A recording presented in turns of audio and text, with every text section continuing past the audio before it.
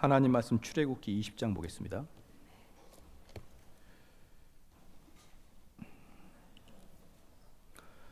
하나님 말씀 출애굽기 20장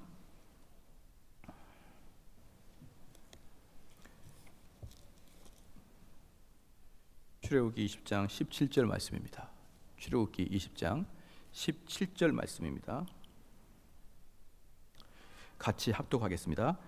내 이웃의 집을 탐내지 말라. 내 이웃의 아내나 그의 남종이나 그의 여종이나 그의 소나 그의 낙이나 무릇 내 이웃의 소유를 탐내지 말지니라. 아멘. 하이델베르그 113문답 제10계명 탐내지 말라. 우리 한번 제가 읽겠습니다. 답을 해 주십시오. 제10계명에서 하나님이 요구하시는 것이 무엇입니까? 욕망을 결코 마음속에 품지 말라는 것입니다. 오히려 우리는 온 마음으로 죄를 미워하고 모든 의를 즐거워해야 합니다. 아멘. 오늘은 제 113계명 3문 탐욕에 대해서 말씀을 전하겠습니다. 또한 이 말씀은 10계명의 마지막 말씀인 것이죠. 어떤 사람이 있습니다. 그 사람은 돈을 많이 벌기 위해서 증권업자가 되고 싶었습니다. 그래서 나는 돈을 많이 벌 것이고 큰 부자가 될 것이고 나는 큰 집을 가질 것입니다. 나는 그걸 생각하면 참 기쁘고 그 일을 기쁜 마음으로 하고 싶습니다. 라고 하는 사람이 한 명 있고, 그 다음에 17세기에 아주 열렬한 칼빈주의자였던 루이스 드 그리어라는 사람이 인생을 한번 간단히 보면, 그는 청교도의 탄압을 피해서 네덜란드로 이주해 왔습니다. 그곳에서 무역과 사업을 하고 은행업을 하게 되므로 암스테르담에서 아주 유명한 사업가가 됐습니다. 그는 집에는 이탈리아 장신구들이 있었고요. 그래서 집안의 수준이 대단히 높았고, 그리고 그의 수입의 10분의 1은 교회에다 드렸고, 그리고 또 나머지 10분의 1, 그러니까 10분의 1과 10분의 1 또 띄었습니다. 그것은 가난한 자를 돕기 위해서 따로 드렸습니다. 그래서 그는 10분의 1을 가난한 자와 교회를 위해서 따로 되었습니다. 그래서 그는 그 가난한 자, 특별히 어떤 자를 도왔냐 그러면 탄압을 피해서 네덜란드에 온 칼빈주의자들의 어떤 그 생활을 할 수 있도록 그렇게 도왔습니다.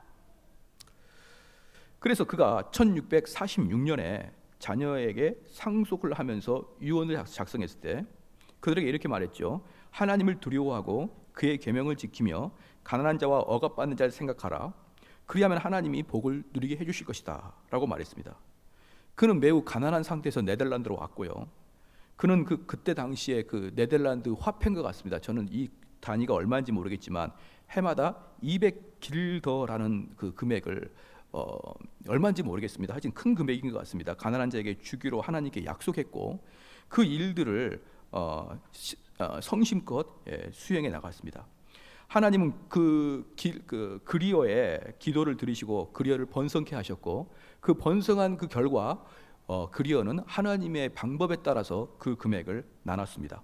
이 두 가지의 집을 잘 보십시오. 첫 번째 돈, 나는 증권업을 할 것이고 나는 이 돈을 모아서 큰 돈을 벌 것이고 나는 부자가 되고 나는 큰 집을 지어야지, 나는 이게 참 기쁘다라고 말하는 것과, 두 번째, 많은 돈을 버는데 이 돈을 하나님의 방법대로 쓰기를 원하는 그리어의 두 가지 삶을 보았습니다. 이 두 명 다, 이 두 집 다 돈이 많은 부자였습니다. 이 둘 다 돈은 악하다 이렇게 표현하지 않습니다. 길드어도 돈은 악하다 그렇게 표현하지 않습니다. 즉 부자가 되는 것을 금기시하지 않았습니다. 그런데 한 가정은 그 돈을 기본적으로 자기가 소유하고 소비할 것이라고 마음을 먹었고, 다른 한 가정은 그 부를 1차적으로 저축하여 나머지를 나누는 수단으로 사용했습니다. 지금 여기서 두 가정을 봤는데 바로 첫 번째 가정을 탐욕이라고 그러고 두 번째 가정을 하나님의 방법대로 돈을 쓴다라고 표현하는 거예요. 그래서 여기서 우리는 우리 보편적인 사람들은 단순하지 않습니까? 단순해서 대단히 단순한 결론을 냅니다. 언젠가 제가 설교를 했지만 세월호 사건 때 해경이 좌충우돌하면서 제대로 구조 작업을 못하자 어떻게 했습니까? 해경을 잘라내버렸죠. 해경 없다라고 얘기하죠. 그런데 그렇게 아주 단순하게 생각하는 것이 대단히 쉬워요. 그러면 우리도 단순하게 생각해서 탐욕은 좋지 않다라고 하면 단순하게 돈이 없으면 된다라고 생각하는 거죠. 돈이 없으면 된다. 그렇게 되면 뭐가 됩니까? 법정 스님 같은 사람이 나오는 거예요. 무소유. 그럼 우리는 언뜻 보기에는 그 무소유가 대단히 좋아 보이지만 사실은 우리 주님께서 우리에게 무소유를 강조한 적도 없고 그 무소유 자체가 성경적이지도 않습니다. 다시 말해서 성경은 말입니다. 우리의 탐심, 우리의 욕망을 돈에 많고 적음에 두지 아니합니다. 우리의 탐심을 뭐에 두고 있습니까? 우리의 마음 상태에 두고 있다 이 말입니다. 그래서 하이델베르그 제13문 제10계명에서 하나님이 요구하시는 것이 무엇입니까? 라고 물을 때 그 답은 하나님의 계명에 어긋나는 생각이나 욕망을 이야기하고 있는 것이에요. 돈에 많고 적음, 이 돈이 우리를 타락시키니까 나는 돈을 갖지 않을 거야 라고 그렇게 단순하게 생각하는 것은 너무 쉬운 얘기예요. 그래서 우리 인간의 마음 깊숙한 탐심을 모르는 자들은 간단하게 내가 탐심하지 말아야지 하면서 집도절도 없이 그렇게 살아버릴 수가 있다 이 말입니다.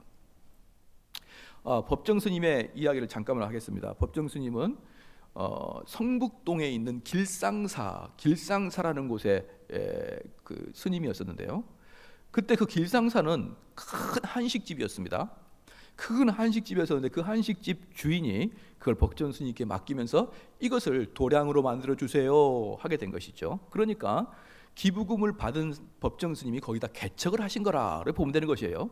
그래서 거기서 개척을 하다가 거기서 사람들이 많아지고 거기서 설법을 많이 가르쳤는데 이 재물이 많아짐으로 자기 마음속에 욕망이 싹 타서 그거 다 버리고 산속에 들어가 버린 게 법정 스님입니다.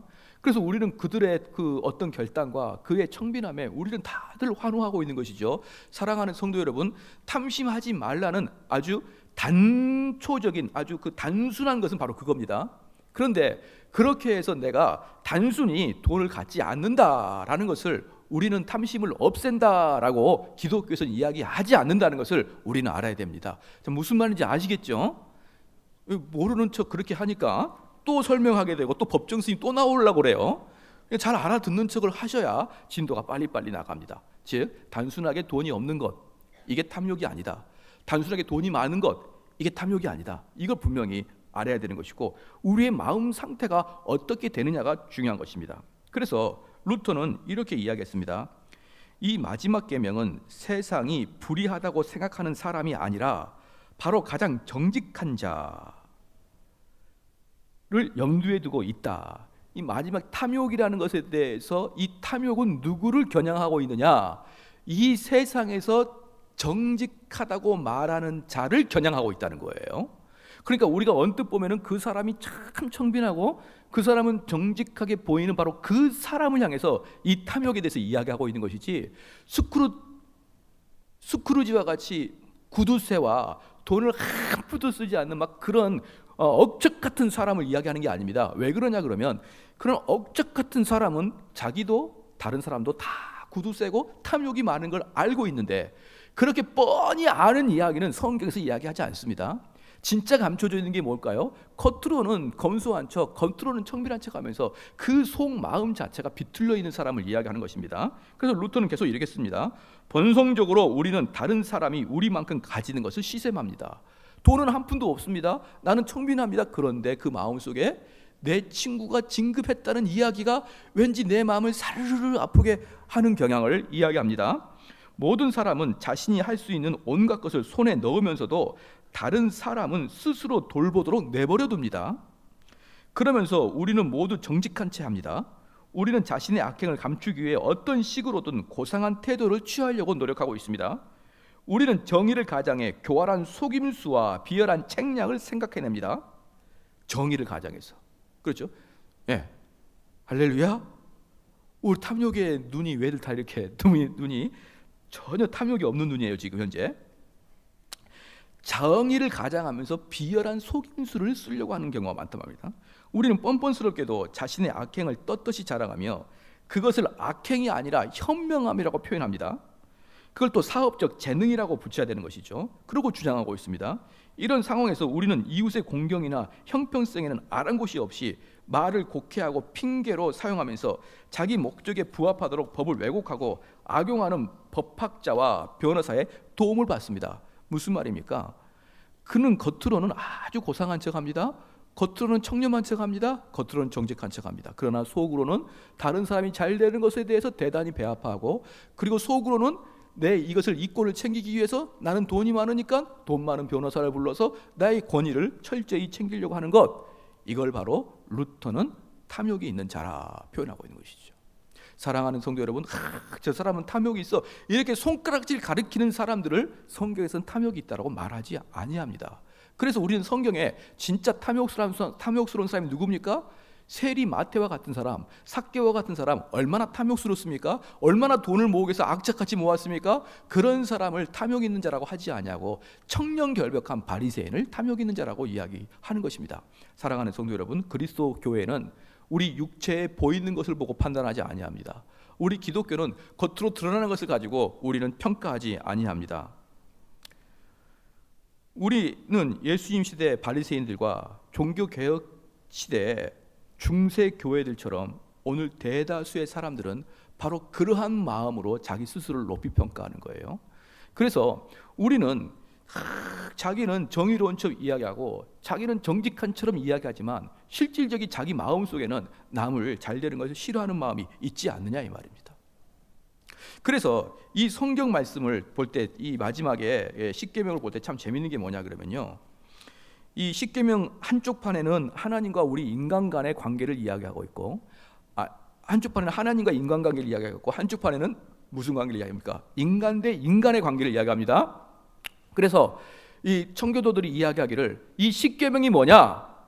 5계명 부모를 공경한다. 부모를 공경한다라고 말할 때 나는 부모를 공경합니다라고 하는 사람이 많다는 거예요.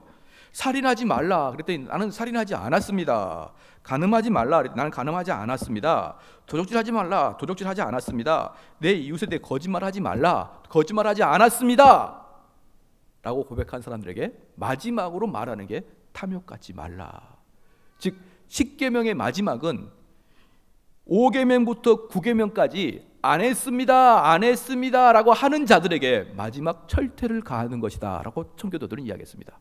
너희가 비록 부모를 공경했고, 너희가 비록 살인을 하지 않았고, 너희가 비록 십계명에 나와 있는 것들을 어기지 않았지만 너희들 마음속에 친구 잘 되는 거 배 아프지 않냐 이 말이에요. 그래서 이 십계명을 웨스트민스터 소요리 문답의 마지막에 이렇게 표현하고 있습니다.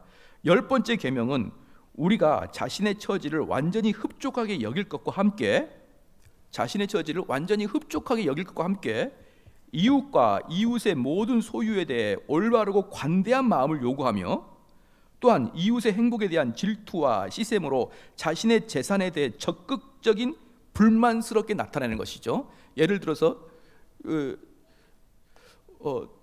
여기를 봐주시고, 우리가 오늘 서서 입신하신 분들이 좀 생겨요. 입신하신 분이 생기는데 제 이해를 못하는 게 아닙니다. 탐욕하지 말라는데 우리 성도는 탐욕하는 사람이 없으니까 싱거운 거예요. 그런데 잘 들어주십시오. 혹시 있을지 모릅니다. 이웃에 대해 질투하는 시샘으로 자신의 재산에 대해 지극히 불만스럽게 생각하는 일과 자신의 소유를 과도하게 대하는 태도에 애정을 금하는 것이지. 무슨 말이냐 그러면, 여보 쥐꼬리만큼만 월급을 가져오면서 옆에 철수 아빠를 봐요 이렇게 이야기하는 걸 말합니다. 옆 사람과 비교했을 때 과도하게 그 사람의 것을 탐하고 있고, 더 나아가서 뭐라 하냐면 자기 자신의 것에 대해서 과도한 애정을 가지는 것을 다 이야기한다고 웨스트민스터 소요리 문답에 나와 있습니다. 바로 이러한 모습들이 탐욕의 모습입니다. 그래서요, 우리는 이 탐욕의 마음을 마음 깊숙한 곳에 갖다 놓고, 그죠? 탐욕의 마음을 가장 깊숙한 곳에 갖다 놓고 그 위로 자기가 정직하고 올바르고 깨끗하다는 것을 자꾸 포장해 나갑니다. 그런데 이 속에는 뭐가 있습니까? 탐욕이 있는데 그 탐욕을 들키는 게 대단히 부끄러우니까 전부 다 벽돌로 그 주변을 쌓으면서 점점 이 탐욕을 가리고 있습니다. 그걸 어떻게 쌓냐 그러면 바벨탑을 쌓듯이, 청교도가 그렇게 말합니다. 바벨탑을 쌓듯이 탐욕을 쌓아나가고 있다. 이 속에는 탐욕이 있고 겉에는 바벨탑을 쌓는데 그 바벨탑은 뭐냐면 개인의 명성과 명예와 이 사람들이 나를 좋게 여기게 해주는 여러 가지 걸로 그 탐욕을 교묘하게 가리고 있더라 이 말이에요. 동의하시죠? 나는 속으로 그걸 욕심을 갖고 있지만 욕심을 내지 않는 것처럼 그렇게 한다 이 말입니다.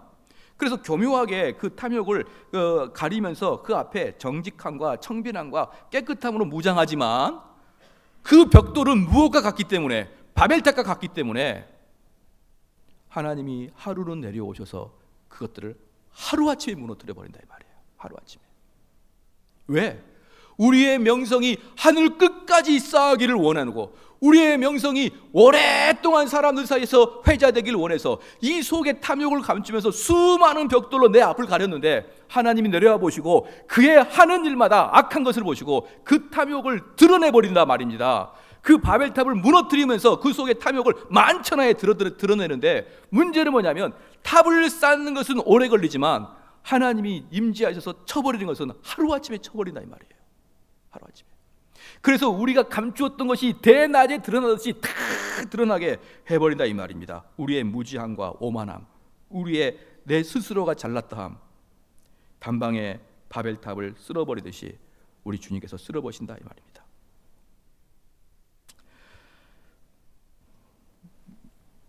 디모데전서 한번 펴보겠습니다. 오늘 그대로 말씀을 보시고 디모데전서 6장을 펴보십시다.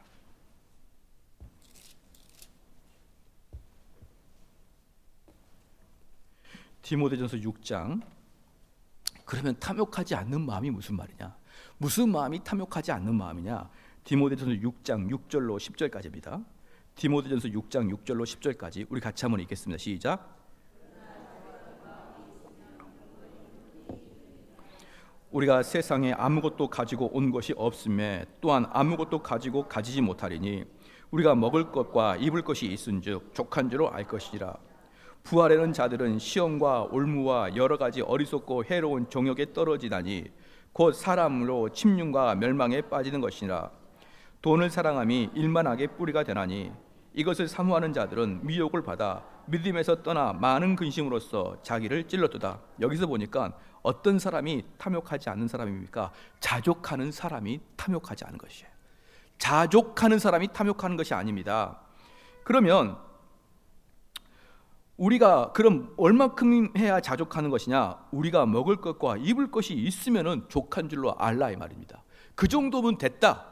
그 정도보다 더 넘어 있으면은 감사하게 받고 내가 먹고 자고 그 정도 되면은 됐다. 그다음에 그대로 디모데전서 6장 17절부터 19절까지입니다. 17절 19절까지 다 같이 읽겠습니다. 시작. 네가 이 세대의 부한 자들을 명하여 마음을 높이지 말라.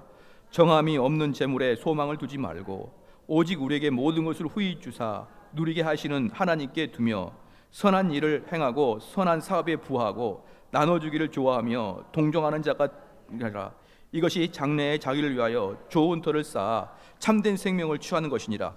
사랑하는 성도 여러분, 여기에 분명히 나와 있습니다. 네가 이 세대의 부한 자들을 명하여 마음을 높이지 말고 정함이 없다. 정함이 없다는 게 뭡니까? 딱 정해지지 않았다는 겁니다. 고정되어 있지 않다는 것이에요. 무엇이? 돈은 고정되어 있지 않은데 거기다가 네 마음을 두니까 너무 마음이 흔들리다는 겁니다. 정함이 없는 재물에 소망을 두지 말고 오직 우리에게 모든 것을 후히 주사. 우리 주님께서도 우리에게 후히 주십니다. 아까도 말씀드렸지만 우리 주님은 이 땅에서 우리가 극빈하게 살라 그 말이 아닙니다. 우리가 아주 청렴하게 살라 그 말도 아닙니다. 우리가 아주 뭡니까? 우리의 육신을 고난을 가지고 살란 말이 아닙니다. 하나님도 우리에게 무엇을 줍니까? 후히 주신다 이 말입니다. 할렐루야. 그럴 때가 크게 아멘이 나오는군요. 우리 자신에게도 훌륭하게 하나님께서 후히 주신다 이 말이에요. 우리 하나님께서 우리에게 아주 극단적으로 어렵게 살라는 말이 아닙니다. 후히 주십니다. 그러면 사랑하는 성도 여러분 돈 많으면 뭐 했을까요? 시작. 돈 많으면 우리 그리스도인들이 뭐 했을까요? 먹고 자면은 자족할 줄 알아라 그랬는데 돈 많으면 어디 있을까요? 우리 술을 먹을까요? 술을 먹기에는 뭐합니다. 자동차를 좋은 걸 살까요? 자동차에 별로 관심이 없어요. 집을 좋은 거 살까요? 어차피 삼송리 안 벗어날 거 아닙니까? 다 거기서 거기죠. 그래서 그리스도인들은 돈 쓸 데가 많이 없습니다. 할렐루야. 목사님 저는 돈 쓸 때가 많은데요. 사방에 정신이 지금 혼미된 상태이기 때문에 돈 쓸 때가 많은 것이에요. 그럼 돈 쓸 데가 없는 그리스도인들은 어떻게 써야 되느냐? 18절 다 같이 읽겠습니다. 시작. 선한 일을 행하고 선한 사비에 부하고 나눠주기를 좋아하며 동정하는 자가 되게 하라. 이게 바로 성도가 재물을 하나님으로 받았을 때 갖는 마음이라 이 말입니다. 우리 성도가 아까 처음에 제가 그 칼빈주의를 읽었을 때 나는 하나님께 돈을 받으면 나는 10분의 1을 하나님께 드리고 나머지 10분의 1로 구제 사업을 하겠습니다 라고 고백했고 그것을 끝까지 지켰고 그리고 마지막에 죽을 때도 자녀들한테 이 일을 너희도 하라 라고 했던 칼빈주의자의 마음처럼 우리도 하나님께서 나에게 복을 주신다 그러면 나에게 재정의 복을 주신다 그러면 내가 이걸로 그런 일을 하겠습니다 라고 하나님께 서원하는 거예요. 할렐루야. 어떤 분이 저에게 물었습니다. 목사님, 제가 못 모르고 헌금을 서원했는데 도저히 갚을 능력이 안 되는데 어떻게 하겠습니까? 시작. 해라. 하나님 앞에 서원하는 것은 웨스트민스터 신앙고백서에서 뭐라고 했느냐? 속아서 하나님께 서원해도 서원한 것은 해야 된다.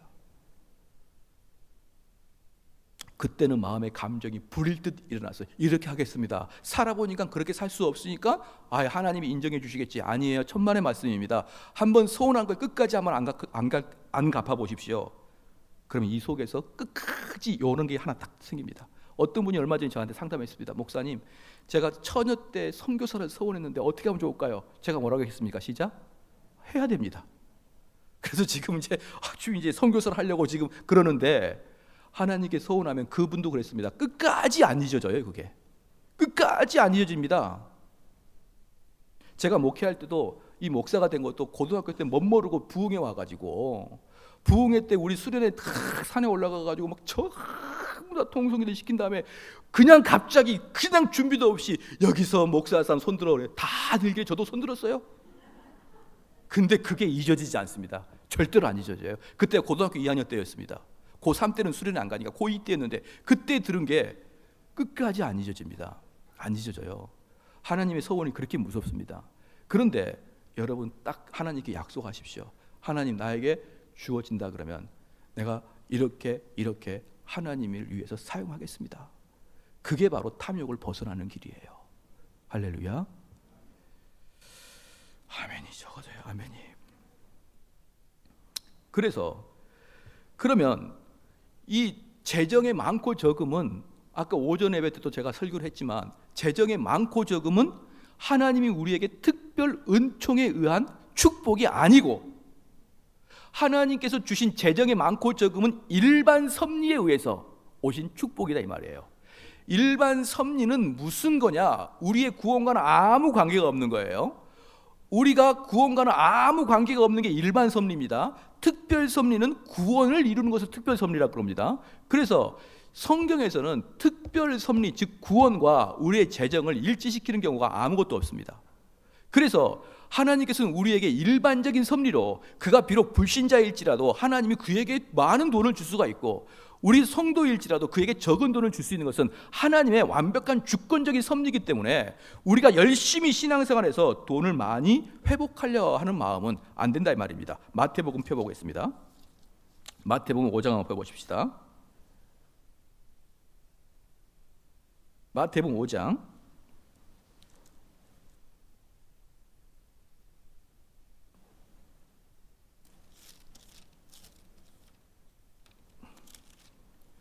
마태복음 5장 45절 말씀 시작. 이같이 한즉 하늘에 계신 너희 아버지의 아들이 되리니 이는 하나님이 그 해를 악인과 선인에게 비추시며 비를 의로운 자와 불의한 자에게 내리우심이라. 하나님께서 주신 햇빛과 하나님께서 주신 비는 악인과 선인을 구별하지 않고 똑같이 주시더라 이 말이에요. 할렐루야. 너는 그리스도이니까 내가 비를 좀 더 많이 주고 너는 무슬림이니까 내가 비 안 줄 거야. 이런 게 아니라 똑같이 주시더라 이 말입니다. 우리가 돈의 많고 적음도 똑같습니다. 불신자나 성도나 가리지 않고 똑같이 하나님이 주신다 이 말이에요. 시편 한번 더 보겠습니다. 시편 73편입니다.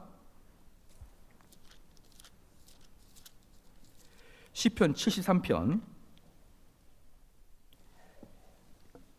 2절 3절입니다. 시작. 나는 거의 실족고 판하였고 내 걸음이 미끄러워질 뻔하였으니 이는 내가 악인의 형통함을 보고 오만한 자를 질시하였습니다. 여기서 시편 저자가 하는 말이 뭐냐면 나는 하마터면 빈혈로 쓰러질 뻔했다는 거예요. 쓰러질 뻔했다. 왜? 악인들이 부자가 되는 걸 보고 내가 도대체 이해할 수가 없다. 어떤 사람은 하는 것마다 그렇게 꼴 보기 싫고 하는 것마다 그렇게 이기적인데 하는 것마다 잘 돼요. 나는 아주 정직한데 하는 것마다 꼬입니다. 그러니까 뭐라고 하냐면 내가 머리가 아파가지고 쓰러질 뻔했다는 거예요. 머리가 아파져서. 그 다음에 계속 보겠습니다. 16절 18절 시편 73편 16절부터 18절까지 한번 같이 한번 읽겠습니다. 시작. 내가 어찌면 이랄까 하여 생각한즉 내가 심히 곤란하더니 하나님의 성소에 들어갈 때야 저희가 결국을 내가 깨달았나이다. 주께서 참으로 저희를 미끄러운 곳에 두시며 파멸에 던지시니. 이제 마지막에 하나님 성소에 들어갈 때 그들의 부유함은 지옥으로 내려가는 쏜살 같은 미끄럼틀과 같았다는 것을 그때야 깨닫고 자기가 이해했다는 것이에요. 사랑하는 성도 여러분, 이게 바로 하나님이 주시는 우리의 부유함입니다. 마지막에 하나만 더 보겠습니다. 73편 25절부터 26절까지 한번 읽겠습니다. 시작. 하늘에서는 주 외에 누가 내게 있으리요 땅에서는 주밖에 나의 사모할 자가 없나이다. 내 육체와 마음은 쇠잔하나 하나님은 내 마음의 반석이요 영원한 분깃이라. 그러면 나는 뭘로 만족할 수 있느냐? 내 안에 계시는 성령님을 통해서 반석 같은 만족을 갖게 있다. 이방 종교, 저질적인 이방 종교는 우리의 예배와 부유함을 하나로 연결시킵니다. 그래서 예배를 잘 드리면 부자가 될 것 같다라고 이야기합니다. 또한 저질적인 그 이방 종교는 우리의 순종과 우리의 번영을 같이 시킵니다. 그래서 우리가 순종을 잘하면 부자가 되고 복 받을 거라고 이야기합니다. 그러나 사랑하는 성도 여러분, 욥을 보십시오.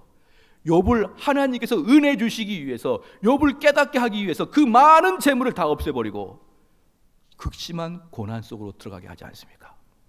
그래서 우리 기독교는 말이죠, 그런 고난 속에서도 하나님만을 의지하고 이 속에 하나님만을 의지하는 것을 있나 없나 보기 위해서 내 주변에 하나님이 주셨던 수많은 복락을 하나님이 다 가져가 보면 모든 복락을 다 가져가서 깨알 벗겨듯이 딱 내놓으면 그 사람의 본성이 나오기 시작합니다. 그 사람의 본성이. 그때 여러분의 참된 존재가 증명이 됩니다. 어떤 사람이든지 참을만 하고 어떤 사람이든지 인내할만 하면 내 속에 깊이 감추었던 추접스럽고 더러운 탐욕을 바벨탑으로 근근히 막아낼 수 있지만 하나님이 우리에게 모든 걸 다 가지고 극단적인 상황에 딱 떨어지면은 본성이 그대로 드러납니다. 그게 바로 여러분 자신입니다. 그 전에는요, 바벨탑으로 싸울 때는 나도 모릅니다. 나도 속습니다. 내 자신에게 나도 속습니다. 나도 꽤 괜찮은 자야라고 속습니다. 그러나 사람이 극단적인 상태에 들어가면 그 속에 본질이 드러나기 시작합니다. 이런 차원에서 말입니다, 우리 한국에는 자유주의 신학과 그 다음에 보수주의 신학 두 개가 있습니다. 제가 이것을 잠깐만 설명을 하고 여러분 오해를 하지 말아야 됩니다. 자유주의자들의 시설은 어디에 꽂혀 있냐 그러면요, 이 세상에 가난한 자와 헐벗는 자에게 시선이 꽂혀 있습니다. 이 세상에 가난한 자와 헐벗는 자의 시선이 꽂혀 있으므로 그 사람들의, 자유주의자들의 최대 목표는 이 세상에 그들이 그래도 행복하게 살게 하게 하는 게 그들의 목표예요. 사랑하는 성도 여러분, 자유주의자들의 시각은 하늘에 있습니까? 이 땅에 있습니까? 이 땅에 있어요. 그러니까 그 사람들의 삶과 그 사람들의 생각은 대단히 괜찮고 대단히 칭찬할 만하고 대단히 배울 만한데, 그런데 궁극적으로 그들의 시각은 하늘에다 소망을 두고 있지 않습니다. 이 땅에서 어떻게 하여야 저들이 올바르게 살 수 있을까? 이 땅의 시선을 꽂혀 있습니다. 그런데 이 땅의 시선을 꽂히지 말아라, 이게 복음주의가 아니에요. 복음주의는 하늘의 시선을 꽂히고 이 땅을 바라보라는 것입니다. 그런데 자유주의자들은 하늘로 시선을 잘 꽂추지 못합니다. 이 땅에다가 시선을 꽂힙니다. 그래서 그도 결국은 인본주의적 신학입니다. 그럼 보수주의는 어떠냐? 보수주의는 하늘에다가 시선을 꽂는 게 아니라 그 사람도 이 땅에 시선을 꽂는데, 그분들도 이 땅에 시선을 꽂는데 이 땅에서 먹고 마시고 번영하는 데 꽂혀 있어요. 무슨 말인지 아시겠죠? 자유주의자나 보수주의자나 둘 다 하늘에다가 소망을 두지 아니하고 이 땅에 소망을 두는데, 자유주의자들은 잘 못 산 사람, 못 사는 사람, 가난한 사람, 헐벗고 굶주린 사람들이 잘 살게 하기 위해서 그들을 위해 살아가고 있고, 보수주의는 지 혼자 잘 먹고 잘 사는 데 꽂혀 있습니다. 그래서 자유주의 신학이 낫습니다. 현재 한국에서는. 자유주의 신학자들은 그나마 이타적인 생각을 갖고 있는데, 보수주의에서 신앙생활하는 사람은 온전히 나의 건강과 물질과 내 가족들로만 시선이 꽂혀 있다는 걸 여러분 인정하시지 않습니까? 그래서 자유주의자들은 가난한 자를 향해서 걸어가지만 우리는 가난한 자를 향해서 걸어가지 않습니다. 둘 다 저는 틀렸다고 생각합니다. 자유주의 신학이나 보수주의 둘 다 틀렸습니다. 그럼에도 불구하고 자유주의 신학이 더 고상합니다. 현재 한국에서 무분별하게 일어나는 그런 긍정의 신학, 번영의 신학, 이기적인 신학, 하나님 주십시오, 주십시오, 주십시오 하는 그러한 신학, 그러한 신학이 현재 한국교회 보수주의에 팽배해 있다는 걸 다 알고 계시지요? 그러니 그 사람의 시각은 땅에 꽂혀 있는 것도 분명하고, 더군다나 땅에 꽂혀 있을 뿐더러 이기적인 상태로 빠져들고 맙니다. 그래서요, 놀랍게도 보수주의적 관점의 교회에서 가장 기도를 많이 하는 사람 중에 가장 이기적인 사람이 나타날 수 있습니다. 어떤 누가 이야기해도 찔러도 피 한 방울 나지 않고 온전히 자기 가족과 자기의 번영만을 위해서 기도하는 자는 옆 사람이 뭐가 되든 말든 신경 쓰지 않습니다. 이게 참으로 우리가 얼마나 부끄러운 일인지 모릅니다. 사랑하는 성도 여러분, 마지막으로 성경 하나만 더 찾겠습니다. 디모데전서 6장 17절입니다.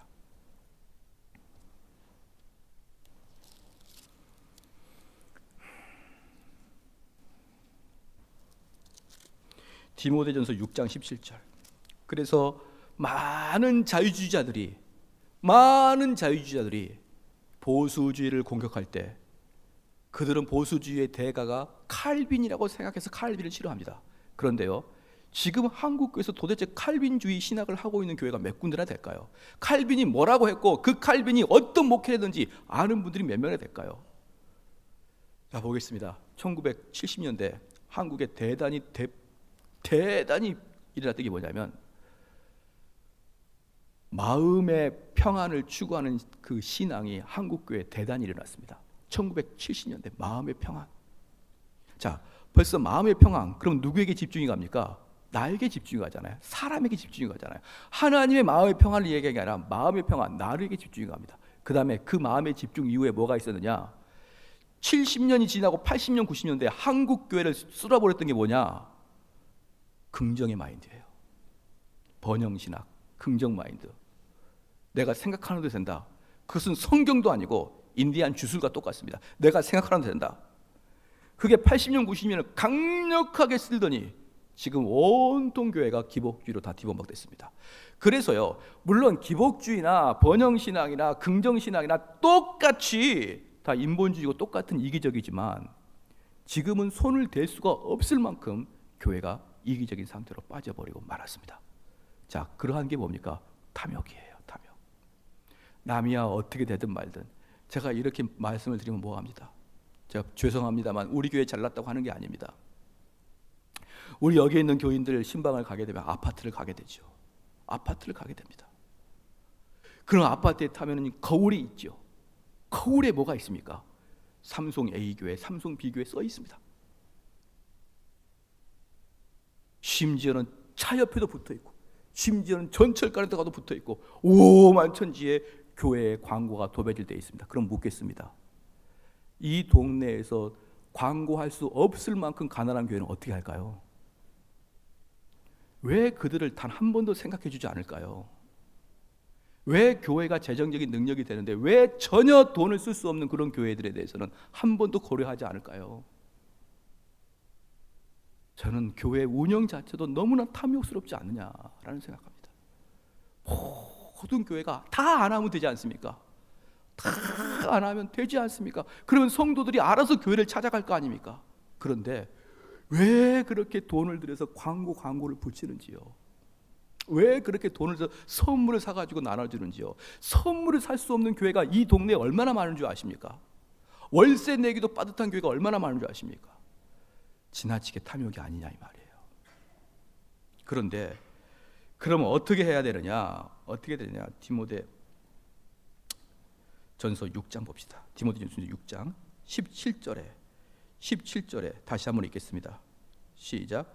내가 이 세대의 부한 자들을 명하여 마음을 높이지 말고 정함이 없는 재물에 소망을 두지 말고 오직 우리에게 모든 것을 주사 누리게 하시는 하나님이 여기서 뭐라고요? 후히 주사 그리고 그걸 우리가 누리게도 해도 된다 이 말입니다.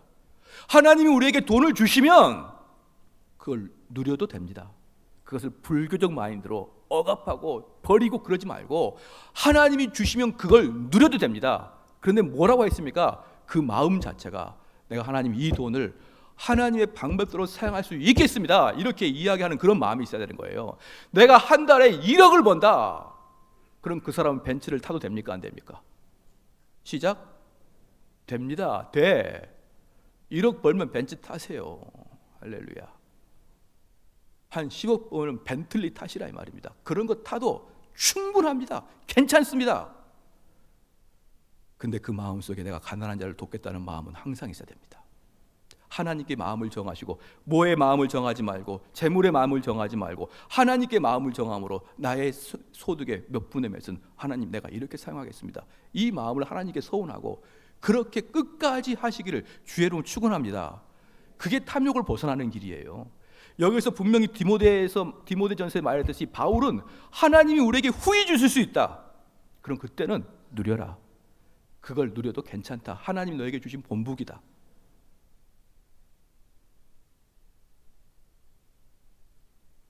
그러므로 우리는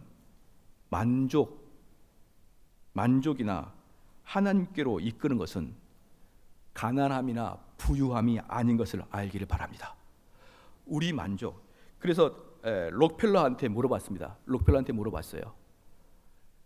그 록펠러는 아시죠? 누군지? 그 사람에게 여러분 록펠러가요. 제가 좀 읽어봤는데 여러분들이 자동차를 타고 아저씨 만땅 채워주세요라고 할 수 있게 한 것이 록펠러였습니다. 그걸 알아야 돼요. 록펠러가 미국의 석유를 다 장악해가지고 석유값을 완전히 다운시켜서 록펠러 때문에 석유값이 엄청나게 떨어졌습니다. 그래서 미국의 자동차 산업이 극대화로 발전한 거예요. 미국의 자동차. 그래서 자동차가 만들어진 결과적으로 자동차가 전 세계로 대중화가 된 게 록펠러의 일입니다. 엄청난 일이죠. 그 록펠러처럼 그렇지 스티브 잡스처럼 그 패러다임 자체를 변화시킨 게 록펠러였죠. 얼마나 부자였겠습니까? 그래서 록펠러한테 물었어요. 얼만큼 돈이 있으면 만족합니까? 그랬더니 록펠러가 했던 말이 뭔지 아십니까? 조금만 더 있으면 만족합니다. 아무도 이해를 못 하시는 것 같은데 지금은 내가 돈이 아무리 많아도 만족할 수 없습니다. 돈이 만족하려면 지금보다 조금만 더 있어야 됩니다. 항상 조금만 더 있어야 된다. 록펠러가 하는 말이 돈의 만족은 없다는 거예요. 돈의 만족은 끝이 없다는 것이에요. 그러니 바울이 말했죠. 정함이 없는 재물에 뜻을 두지 말라. 그 뜻은 그 정함이 없는 돈은 끝까지 여러분 앞에서 놀랑놀랑 꼬리를 달랑달랑 치면서 끝까지 도망갈 거예요. 거기다가 마음을 두면 우리 인생은 끝장나고 맙니다. 그래서 우리는 오직 예수 그리스도의 반석에다가 마음을 정해야 됩니다. 그리고 하나님이 복을 내려주시면 그 돈으로 가난한 자와 불쌍한 자와 우리 복음 전파하는데 그 돈을 사용하시고 되는 것이고 돈이 없으면 먹고 마시고 집이 있는 걸로 족한 줄 알라. 이게 우리 바울의 이야기인 것입니다. 믿으시길 주 여러분 축원합니다. 그래서 다른 사람이 좋은 차를 사나 다른 사람이 좋은 집을 사나 다른 사람이 진급을 하나 그것 때문에 여러분 속에서 쫙 하면서 배 아픈 게 아니라 얼마든지 그 사람의 축복을 해줄 수 있는 그런 사람이 돼야 됩니다. 우린 정말 어려운 게 뭡니까? 슬픈 사람과 같이 울어주는 건 너무너무 쉬워요. 그런데 잘 되는 사람과 함께 기뻐해 주는 건 너무나 어렵습니다. 말씀의 결론을 맺겠습니다. 우리는 돈의 많고 적음의 문제로 우리가 올바르고 올바르지 않고를 평가하면 안 됩니다. 그래서 저희들 여러분 머릿속에 저 사람은 돈이 많아, 사꾼이야, 그런 마음도 갖지 마세요. 그런 마음도 갖지 말고 저 사람은 돈이 없어, 아마 의로운 자일 거야, 그런 마음도 갖지 마세요. 돈의 많고 적음은 우리의 의와 우리를 그리스도에게 끌고 가는 것과 하등의 문제가 없습니다. 전혀 다른 문제예요. 그런 문제가 뭐냐? 그가 많건 적건 간에 하나님이 원하시는 방법으로 돈을 쓴 청렴한 사람이고요, 그가 많고 적건 간에 자기 욕심대로 쓴 사람은 다 탐욕의 사람입니다.